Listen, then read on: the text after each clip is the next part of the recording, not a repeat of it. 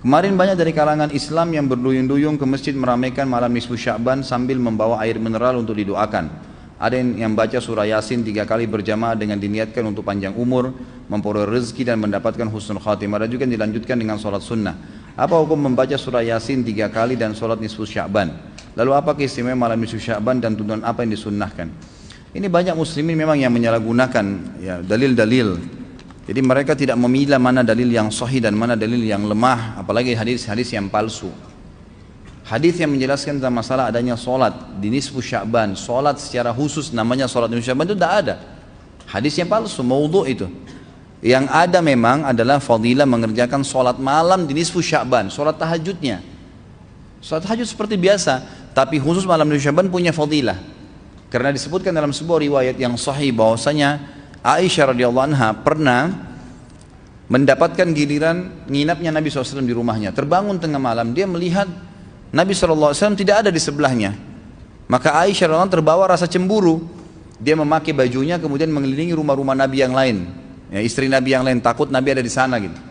Diketukin satu-satu, ternyata nggak ada. Lalu Aisyah tergopoh-gopoh pergi ke masjid mendapatkan Nabi SAW sedang sholat. Begitu Nabi SAW lihat Aisyah lagi ngos-ngosan jalan gitu kan, kena buru-buru, kata Aisyah, kata Nabi SAW, wahai Aisyah, kau cemburu lagi? Ini adalah malam nisfu Sya'ban. Artinya saya sholat malam ini karena ini adalah nisfu Sya'ban. Ini hadis yang sahih gitu kan. Dan memang dianjurkan oleh para ulama, mereka mendirikan sholat malam di malam nisfu Sya'ban itu sholat tahajudnya. Tidak ada malam khusus, tidak ada sholat khusus namanya malam nisfu Sya'ban. Di siang harinya dianjurkan seseorang berpuasa. Karena Nabi SAW memperbanyak puasa.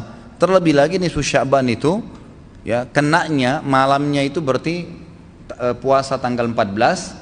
Kalaupun nisfu Sya'bannya malam hari ke-15. Dan kita tahu ada puasa Iyamul Bid, ada 13, 14 dan 15. Itu kita dianjurkan puasa 3 hari kan gitu.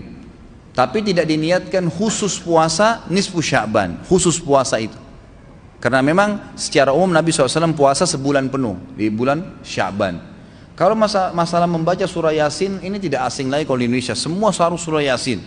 Pindah rumah Yasin, orang mati Yasin, semua Yasin. Ditanya dalilnya, tidak ada dalil, gitu kan. Hanya karena surah Yasin dikatakan jantungnya Quran.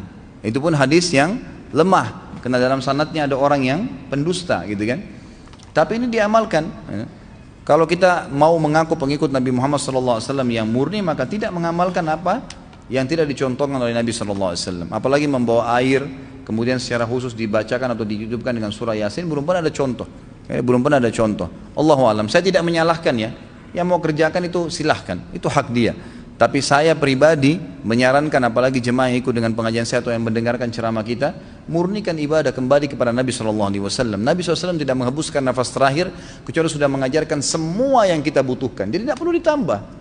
Kalau kita tambah seperti kita sedang mengatakan, maaf Rasulullah saya lebih faham daripada anda.